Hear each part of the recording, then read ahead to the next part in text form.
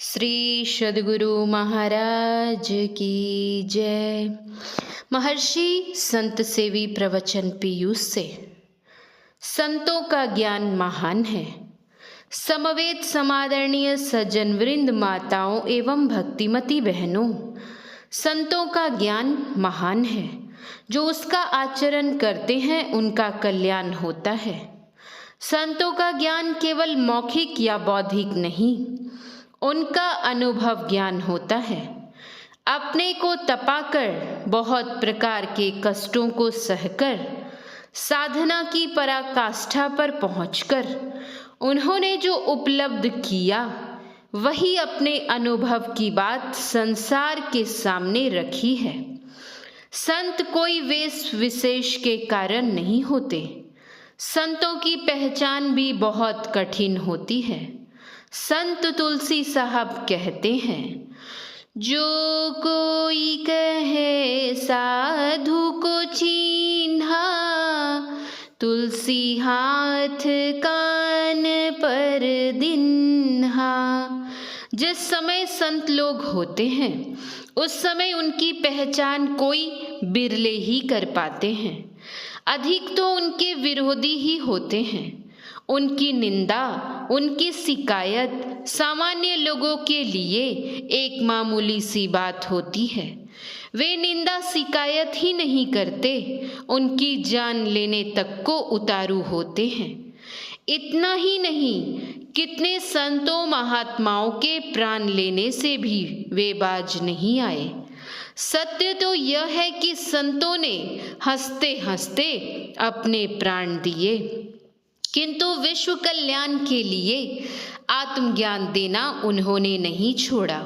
संतों ने अपने प्राण प्रयाण की परवाह नहीं करके सत्य ज्ञान का प्रचार करते हुए अपनी कुर्बानी की, किंतु कभी धर्म को नहीं छोड़ा। प्रभु ईसा मसीह जिस समय हुए थे, बहुत कम लोगों का विश्वास उन पर था, बल्कि प्रभु ईसा मसीह के शिष्य ने ही उनको पकड़वाया और क्रॉस पर लटकवाया। दूसरे की बात तो जाने दीजिए, शिष्य का गुरु के साथ यह कैसा व्यवहार है। महान आश्चर्य है कि उन संत का हृदय कितना महान था, उनका आत्मबल कितना बढ़ा चढ़ा था, उनका हृदय कितना विशाल था। क्रॉस पर लटकते हुए उन्होंने कहा था, हे प्रभु, जो मेरे साथ इस तरह का व्यवहार कर रहे हैं उनको क्षमा करना, क्योंकि वे नहीं जानते हैं कि वे क्या कर रहे हैं, वे अज्ञानी हैं।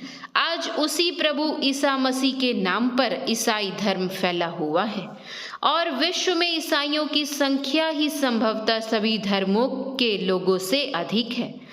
उस समय उनको किसने पहचाना?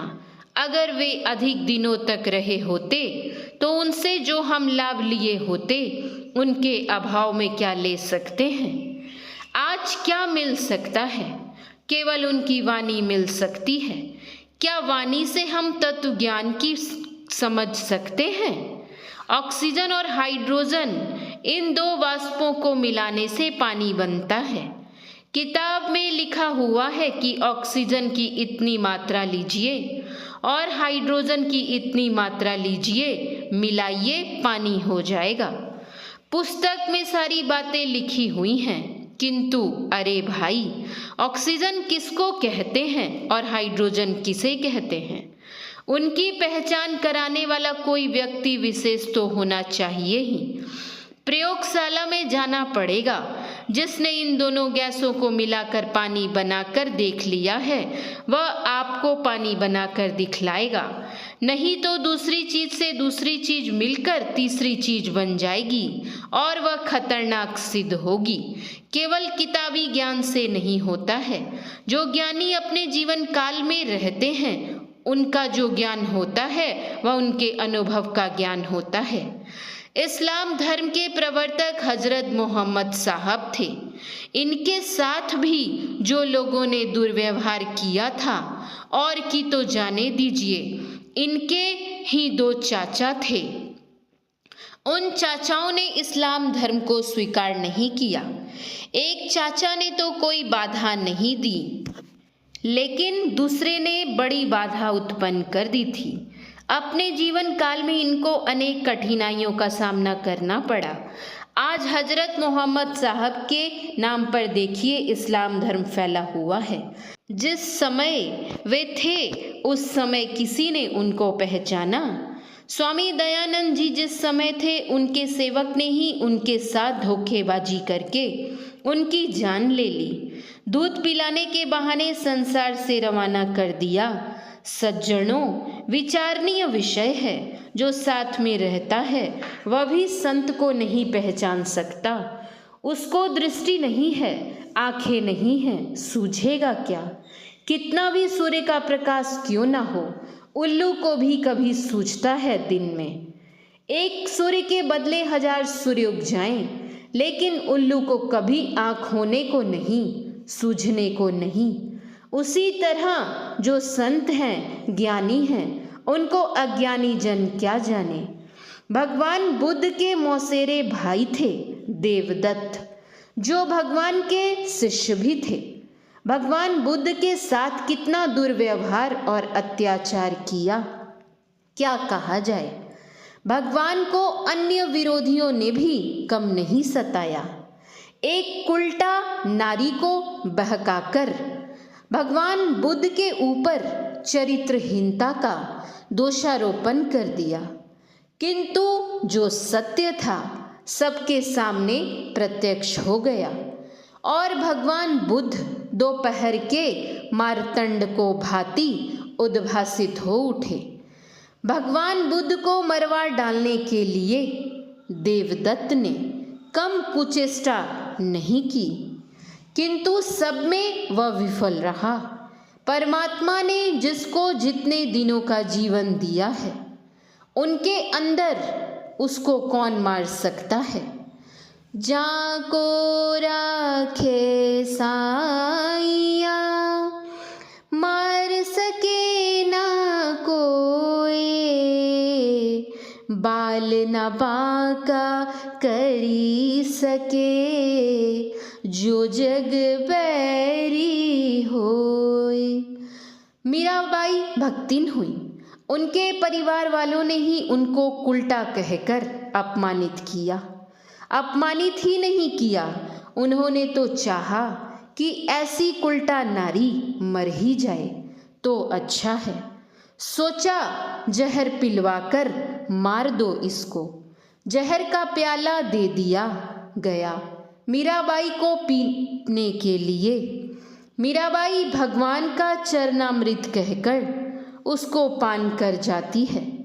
विष का पान करने वाली मीरा अमर हो जाती है और जिसने विष का प्याला पिलवाया वह मर सड़ गलकर कहाँ चला गया, जिसका कोई ठिकाना नहीं। जब तक इस पृथ्वी तल पर अध्यात्म ज्ञान का प्रकाश रहेगा तब तक मीरा अमर रहेगी। कबीर साहब की 72 कसनी प्रसिद्ध है। 72 तरहों से कबीर साहब को लोगों ने कष्ट दिया। खालसा इतिहास पढ़िए, नानक साहब के पंथ के गुरुओं के साथ क्या क्या हुआ, कितने कितने कष्ट झेलने पड़े हैं उन गुरुओं को, लेकिन फिर भी उन गुरुओं ने अपने धर्म को छोड़ा नहीं। अपना सिर देकर आत्मज्ञान का प्रचार और प्रसार किया।